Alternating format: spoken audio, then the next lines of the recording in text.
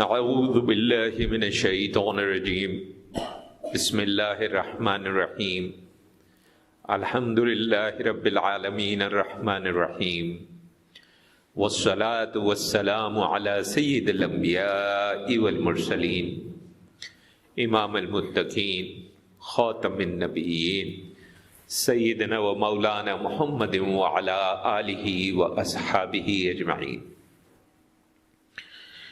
جیسا کہ آپ تمام دوست احباب اس بات سے واقف ہیں کہ یہ جو مہینہ ہے، اس مہینے میں یوم علی رضی اللہ تعالی عنہ بھی ہے۔ ہم نے، اگر آپ کو یاد ہو تو پچھلے سال اسی ماہ میں 2 جمعہ مناقب علی رضی اللہ تعالی عنہ پر گفتگو کی تھی، اور پھر ہم نے کہا تھا کہ باقی گفتگو اگلے سال، اسی طرح آج کچھ گفتگو ہو جائے گی، اور پھر انشاءاللہ اللہ نے چاہا تو اگلے سال پھر اسی ماہ کے اندر مناقب پہ مزید گفتگو جاری رہے گی ہر سال۔ یہ جو مناقب بیان کیے جا رہے ہیں، یہ ہم نے پہلے بھی عرض کیا تھا، چونکہ سال گزر گیا اس لیے دوبارہ یاد دہانی کے لیے عرض کر دیں کہ یہ امام نسائی رحمۃ اللہ علیہ کی جو احادیث کا مجموعہ ہے، احادیث اور اقوال صحابہ کا رضوان اللہ تعالی علیہ مجمعین کا مجموعہ ہے، مناقب علی پہ رضی اللہ تعالی عنہ، اس میں سے چیدہ چیدہ احادیث مبارکہ اور اقوال جو ہے وہ ہم پیش کرتے ہیں۔ اس میں جو اہم بات ہے وہ یہ سمجھیں کہ چیدہ چیدہ ہم نے اس لیے کہا، ساری اس لیے نہیں کہ وہ کرتے یہ ہیں کہ ایک بیان سے متعلق یا ایک مضمون سے متعلق جتنی بھی احادیث مبارکہ ہیں ان سب کو اکٹھا کر دیتے ہیں۔ ہم یہ کرتے ہیں کہ اس کا خلاصہ ایک کے طور پہ پیش کر دیتے ہیں۔ جیسے مثال کے طور پہ وہ جو حدیث مبارکہ پڑھی جاتی ہے اور پیش کی جاتی ہے، جس کا اردو کا ترجمہ یہ کیا جاتا ہے کہ جس کا میں مولا ہوں اس کا علی مولا ہے رضی اللہ تعالی عنہ، اب وہ ایک حدیث نہیں ہے، اس مضمون میں بے تحاشا حدیث مبارکہ مختلف راوی صحابہ ہیں رضوان اللہ تعالی علیہ مجمعین ان سے ہے، تو ہم ظاہر کہ جب اس کو بیان کرتے ہیں تو خلاصے کے طور پہ صرف ایک، جبکہ امام نسائی جب پیش کرتے ہیں تو وہ پوری تفصیل کے ساتھ تقریباً تمام طرق اور تمام جو متن ہیں وہ سارے کے سارے اکٹھے پیش کر دیتے ہیں۔ اس میں یہ بڑا ضروری ہے کہ جب بھی کوئی اس طرح کا موقع ہو تو ہمیں چاہیے کہ ہم ایک طرح کا، جسے ہم عام طور پہ اسکول، کالج اور پروفیشنل لائف میں کہتے ہیں ریفریشر کورس، ایک ایسی گفتگو ضرور ہونی چاہیے جس میں جو باتیں پہلے ہو چکی ہیں وہ دوبارہ سامنے آ جائیں، تاکہ اگر ذہن میں تھوڑی گرد ورد جم گئی ہے تو گرد صاف ہو جائے۔ حضرت علی رضی اللہ تعالی عنہ کے مناقب بے بہا ہیں، اور مستند کی بات ہم کر رہے ہیں۔ ہمارا بڑا صاف اس کے اندر جو نقطہ نظر ہے وہ یہ ہے کہ ہم ناسبیت اور رافضیت دونوں سے بیزار ہیں، کیونکہ دونوں میں صحابہ کرام رضوان اللہ تعالی علیہ مجمعین کی شان میں گستاخی آتی ہے، چاہے وہ گستاخی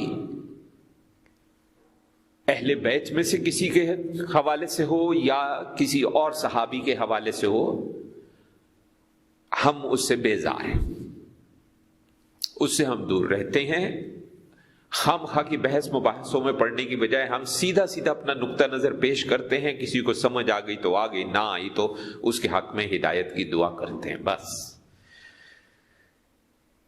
اب پہلے 2 نشستیں ہماری الحمدللہ ہو چکی ہیں حضرت علی رضی اللہ تعالی عنہ کے مناقب میں، تیسری نشست اس سال آج ہو رہی ہے، جس میں سب سے پہلے جو حدیث ہم لے کے آ رہے ہیں وہ یہ ہے کہ رسول اللہ صلی اللہ علیہ وسلم نے فرمایا کہ علی مجھ سے ہے اور میں علی سے ہوں،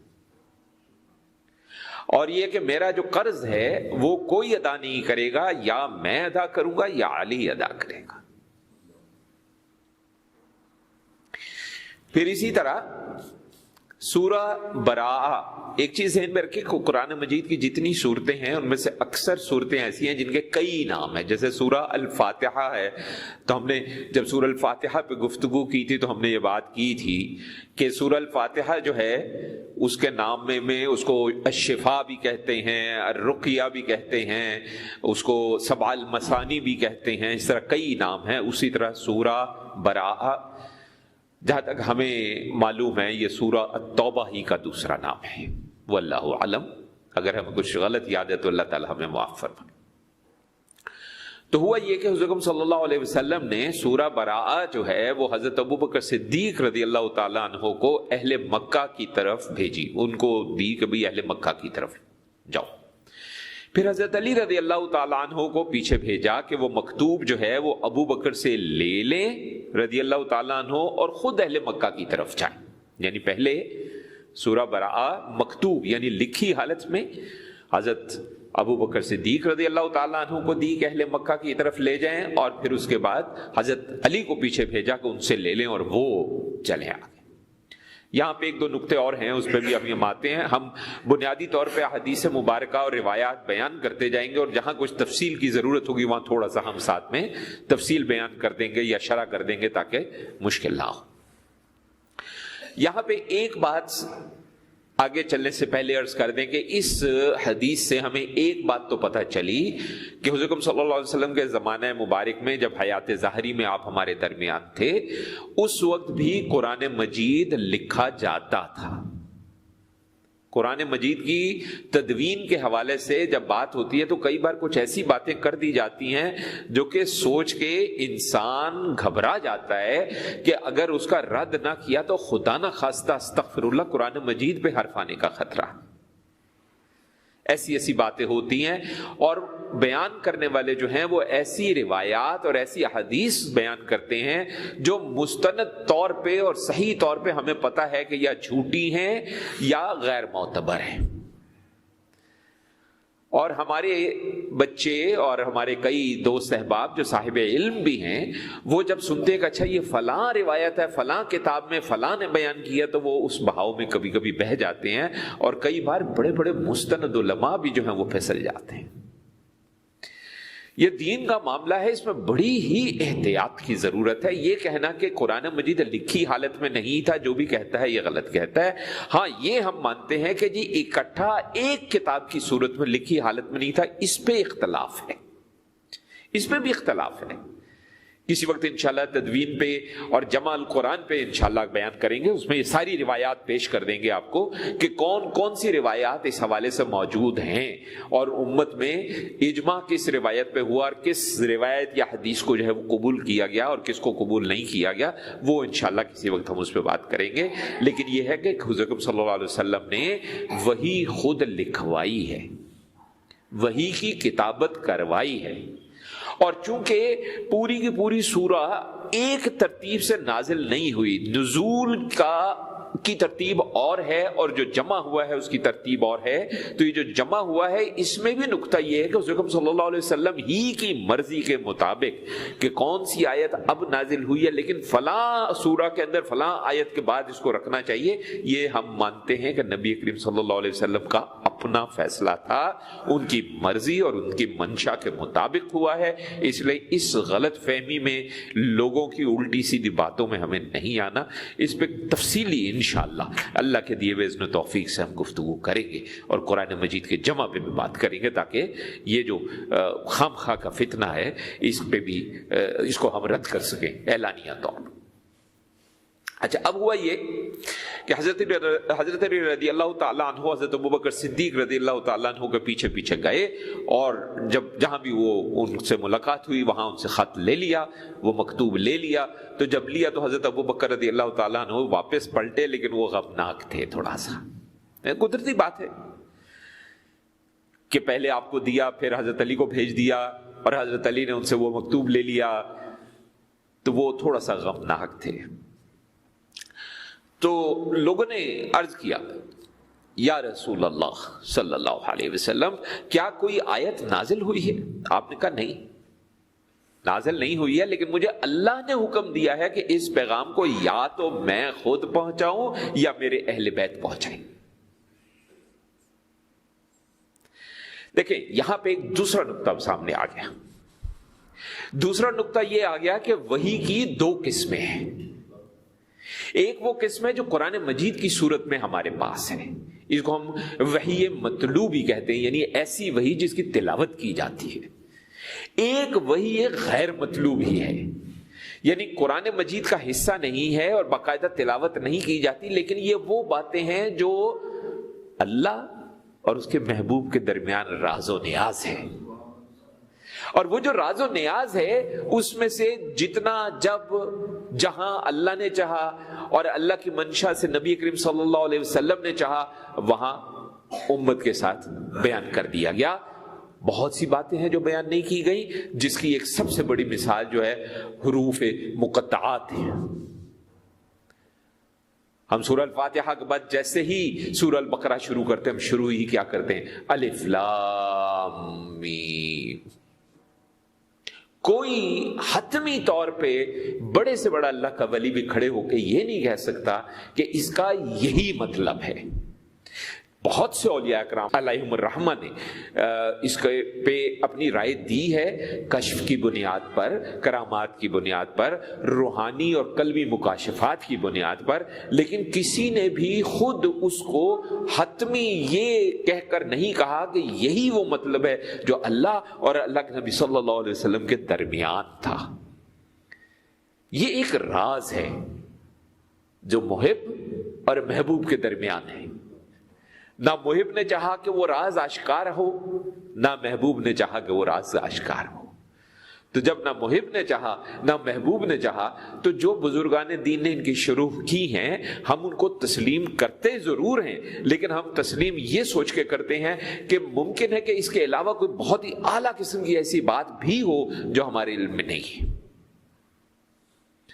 کیونکہ ورنہ نبی کریم صلی اللہ علیہ وسلم بڑا واضح طور پہ یہ بات جو ہے وہ بیان فرماتے تھے، یا اللہ تبارک و تعالیٰ کا براہ راست فرمان ہوتا۔ دیکھیں کئی حدیث مبارکہ ہیں جن کو ہم حدیث قدسی کہتے ہیں۔ حدیث قدسی کے بارے میں ہم نے پہلے بھی ایک دفعہ عرض کیا تھا کہ یہ وہ حدیث ہے کہ جو بات اللہ کی ہے، یعنی اللہ جیسے کہہ رہا ہے، لیکن زبان مبارک نبی کریم صلی اللہ علیہ وسلم کی ہے۔ جیسے وہ بڑی مشہور حدیث ہے کہ جب میرا بندہ کثرت نوافل کی وجہ سے میرا قرب اختیار کرتا ہے، تو یہ کون کہہ رہا ہے؟ یہ اللہ کہہ رہا ہے، لیکن یہ قرآن میں نہیں ہے۔ کس نے کہا؟ اللہ کے محبوب نے، اللہ کے حبیب نے صلی اللہ علیہ وسلم یہ کہا۔ الفاظ رب کے، مخاطب رب ہمیں کر رہا ہے، لیکن یہ قرآن میں نہیں ہے، نبی کریم صلی اللہ علیہ وسلم کی زبان مبارک سے ادا ہوا، ہمیں پتہ چلا کہ اللہ نے یہ کہا ہے۔ اب یہ بھی ایک وحی ہے، لیکن یہ وحی غیر مطلوع ہے کہ اللہ نے نبی کریم صلی اللہ علیہ وسلم کو یہ ہدایت کی کہ یہ جو پیغام ہے، یہ جو مکتوب ہے، اس کو یا نبی کریم صلی اللہ علیہ وسلم خود پہنچائیں یا ان کے اہل بیت پہنچائیں۔ اور اہل بیت کے اندر انہوں نے حضرت علی رضی اللہ تعالیٰ عنہ کو یہ حکم دیا کہ وہ جائیں اور یہ ابو بکر صدیق سے پیغام لے لیں اور اہل مکہ کی طرف لے کر پہنچیں رضوان اللہ تعالیٰ علیہ مجمعین۔ پھر وہ روایت ابھی ہم نے تھوڑی دیر پہلے یہ عرض کیا کہ جس کا میں مولا ہوں اس کا علی مولا ہے، یہ حدیث مستند ہے، صحیح ہے، معتبر ہے، اس پہ کسی کو اختلاف نہیں ہے۔ جو ہمارے مکاتب فکر لفظ مولا کے استعمال پہ اعتراض کرتے ہیں ان کو بھی اس حدیث سے اختلاف نہیں ہے، ہم نے ان کی کتابیں بھی پڑھی ہیں اور کئی ان لوگوں سے کہ ہم نے بیانات بھی سنے ہیں اور کچھ لوگوں سے ہماری براہ راست گفتگو بھی ہوئی ہے۔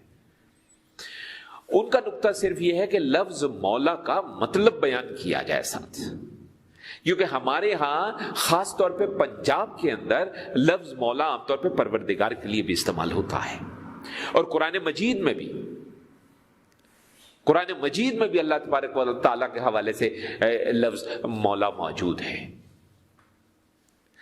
تو ذہن میں رکھیں، ہم نے پہلے بھی کئی بار عرض کیا ہے کہ جو عربی کے الفاظ ہیں اکثر اوقات ان کے کئی معنی ہوتے ہیں، عربی ایسی فصیح و بلیغ، ایسی زبردست اور اتنی کمال کی زبان ہے کہ ہم سمجھتے ہیں کہ اس کا لفظ بلفظ ترجمہ کسی دنیا کی زبان میں ممکن نہیں ہے۔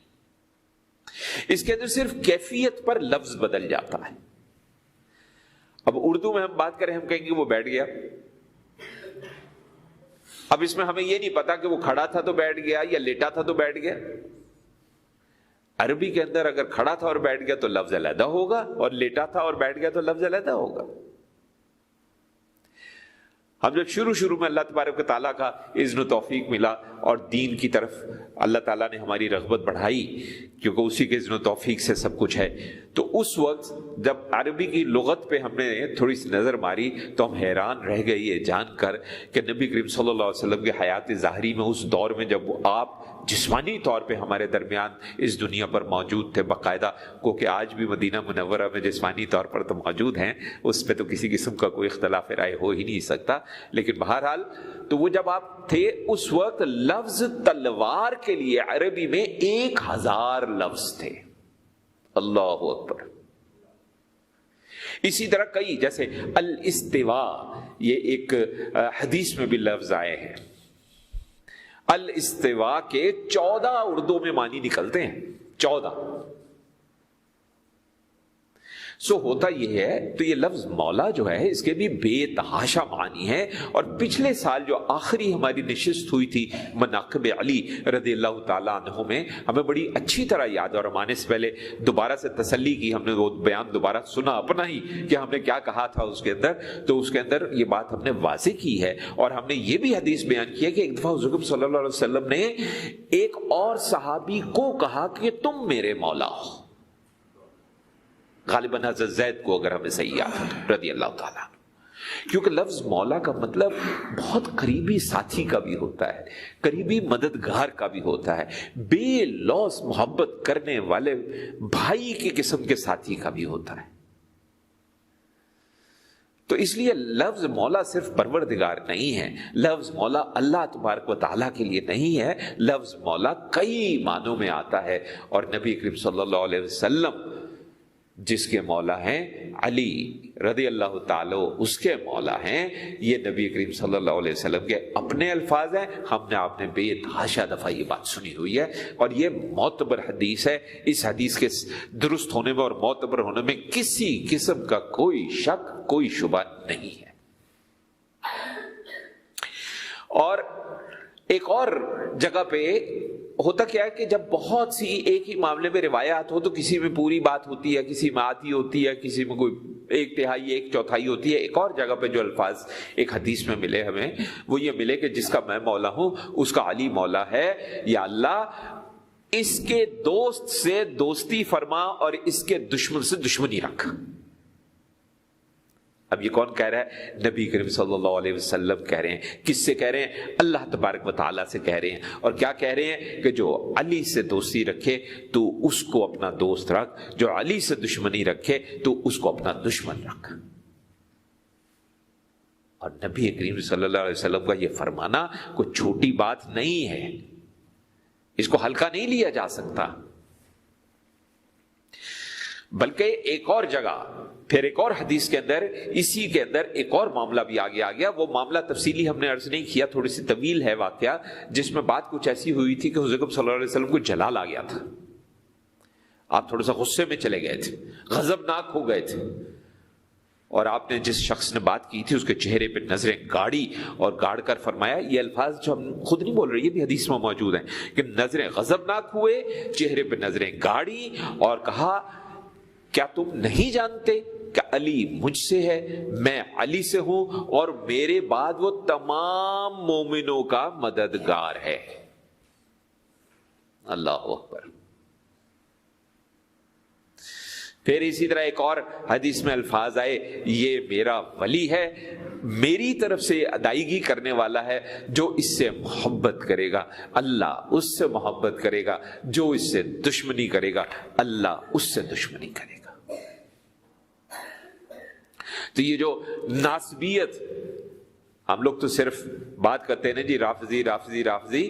اہل سنت کے اندر یہ ناسبی جو پیدا ہو گئے ہیں، پہلے بھی تھے، آج بڑھ رہے ہیں. ہمیں آپ کو علم حاصل کرنا ہے تاکہ ان کے جھوٹی جو دلیلیں ہیں اور غیر معتبر اور غیر مستند جو ان کی گفتگو ہے، ہم اور ہمارے بچے کہیں اس کے چنگل میں نہ پھنس جائیں.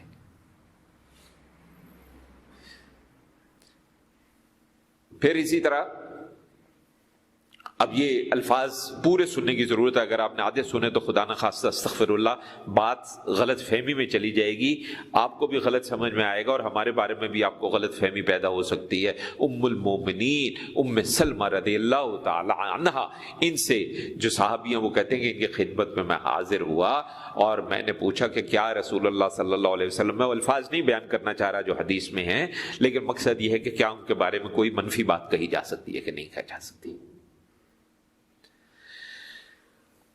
تو پھر ام سلمہ رضی اللہ تعالی عنہا نے عجیب بات اس کو جانا کہ یہ کیسے ہو سکتا ہے کہ نبی کریم صلی اللہ علیہ وسلم کے بارے میں کوئی بات منفی کی جائے. وہاں پہ الفاظ ذرا سخت ہیں. سبحان اللہ. یا شاید حدیث کے الفاظ ہیں کہ یا شاید انہوں نے کہا کہ اللہ پناہ دے، تو فرمایا کہ میں نے رسول اللہ صلی اللہ علیہ وسلم کو فرماتے سنا کہ جو علی کو برا کہتا ہے وہ مجھے برا کہتا ہے. اب یہاں پہ بھی برا ہم کہہ رہے ہیں، اصل لفظ بہت سخت ہے.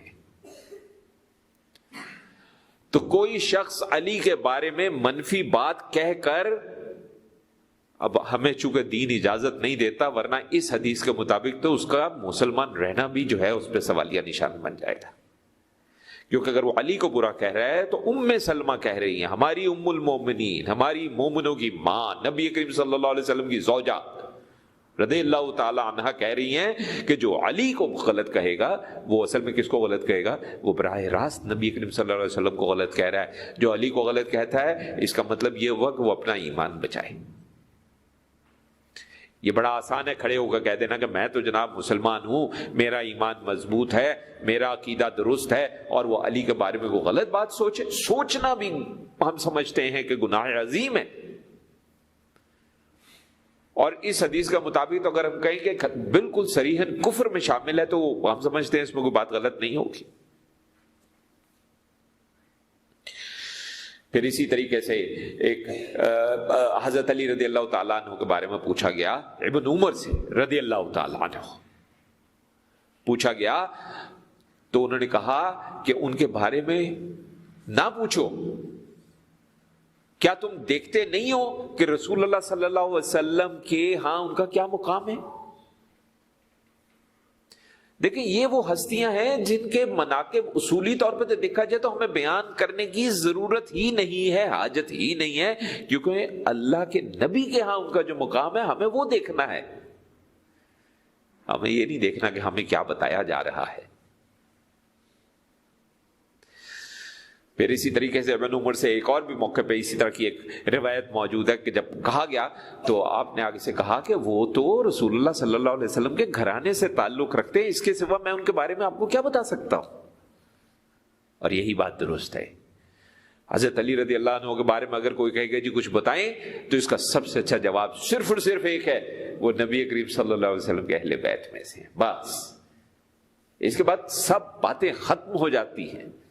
باقی ٹھیک ہے، دل کی ایک خوشی کے لیے ہم ان کا مناقب بیان کرتے ہیں، ان سے متعلق جو احادیث مبارکہ ہیں وہ بیان کرتے ہیں، اقوال صحابہ بیان کرتے ہیں، وہ ہمارے دل کی خوشی ہے، ایک روحانی وہ جسے کہتے ہیں نا سکون ہے. ورنہ اتنا ہی کافی ہے ہمارے لیے، ایک مسلمان کے لیے اتنا ہی کافی ہے کہ علی رضی اللہ تعالیٰ عنہ رسول اللہ صلی اللہ علیہ وسلم کے اہل بیت میں سے ہیں. اس کے بعد کسی بات کی ضرورت دیکھا جائے تو رہ نہیں جاتی. تو اللہ تعالیٰ ہمیں جو ہے وہ اذن و توفیق بخشے کہ ہم اصل بات کو سمجھیں اور نبی کریم صلی اللہ علیہ وسلم کے مزاج مبارک کے مطابق اپنی زندگی کو درست کرنے کی کوشش کریں. اور اس کا حل یہی ہے احادیث مبارکہ کا مطالعہ کیا جائے اور اس کی شرح جو ہے اس پہ نظر ڈالی جائے. خالی الفاظ غلط فہمی پیدا کر سکتے ہیں. پہلے جو الفاظ کے کیا حضور صلی اللہ علیہ وسلم کے بارے میں ہم نے کہا کہ ہم اصل لفظ نہیں بیان کر رہے ہیں یہاں پہ، تو یہ الفاظ اگر براہ راست کوئی پڑھے تو انسان اس میں غلط فہمی میں بھی پڑھ سکتا ہے اور گمراہی میں بھی پڑھ سکتا ہے۔ قرآن مجید کی تدوین اور جمع کے بارے میں جو احادیث مبارکہ ہیں یا روایات ہیں یا اقوال صحابہ ہیں رضوان اللہ تعالیٰ علیہ مجمعین، ہم نے بھی تھوڑی دیر پہلے عرض کیا کہ اس کے بارے میں بھی غلط فہمی اس سے بھی پیدا ہو سکتی ہے، ہمیں بڑے محتاط ہونے کی ضرورت ہے۔ تو اللہ تعالیٰ ہمیں اذن و توفیق بخشے کہ ہم اصل جو بات ہے اس کو سمجھ سکیں۔ وہ صلی اللہ علیہ خیر خلقہ سیدنا و مولانا محمد وعلی آلہ و اصحابہ اجمعین برحمتک یا ارحم الراحمین۔